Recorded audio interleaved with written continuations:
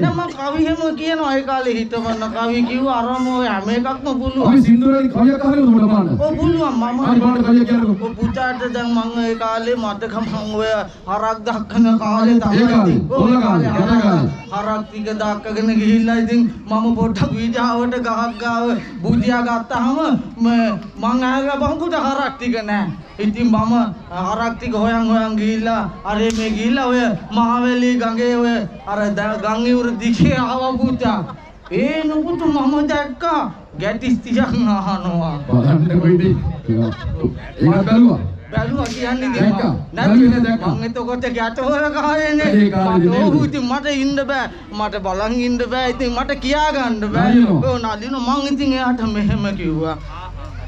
මහවැලි ගඟේ ගංගදෑරේ තුරතුන් නැමි නාඹරලියක් දිය කෙලිනවා මම දුතුමි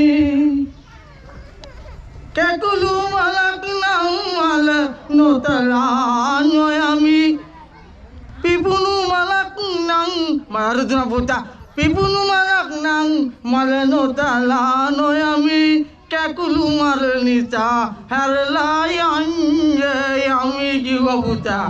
කොහොම ගැඹුරු කවියක්? ගැඹුරු කියන්නේ අම්මට ගැඹුරු කවියක්. මට දුන්න උත්තරේ මම ගැඹුරටම දීලා. පිපුණු මලක් නම් තලලා මිසරෝ යමි. කැකුළු මල නිසා නතර යන්නේ යමි. මට බයි යන්න බැරුණා මගේ බොක්කත්. හැබැයි සර් ඔක තේරෙනවා. දුන්නා හොඳ උත්තරේ. මොකක්ද දුන්නේ? ඒකත් කියමු බලන්න. කිව්වා මෙහෙම. වනන්තරේ සපනත මට පිපෙන්නට නිරන්තරේ වහිනත මට හැදෙන්නට පිපුණු මලක් නැහැ ළඟ මට පුදන්නට කැකුළු මල තලා පලකෝ පිපෙන්නට කිව්වා මට ඉතින් ඊට වැඩි හොඳයි ගඟේ එරුණා නම් කියලා හිතුවා. ඔව් පුතා මොනවා හිතන්නේ නැද්ද?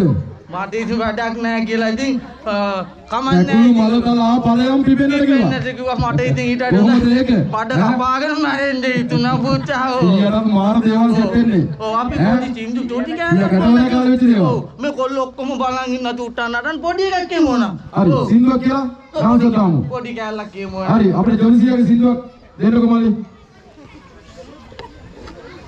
බජාරේ කියලා කොල්ල හලෝ කොල්ලෝ එන්න බෑ කොල්ලෝ ඉන්නේ අනේ අපි සූදානම් වෙලා බජාරේ කියලා ලක්කා. අනිත් කට්ටිය දෝන්න අවස්ථාවක් දෙමු. ඔයාලා සූදානම් වෙනකම් අපි පාසෙ කියමු. හරි බජාරේ කියලා ලක්කා. ඒකද කියන්නේ? සූදානම් වෙලා අපි එතන අපි අනිත් කට්ටියට දෙමු අවස්ථාවක්. නෑ කමන්න අපි 100ගේ සින්දු අහලාම අනිත් කටට අවස්ථාවක් දෙමු නැත්තම් බෑ.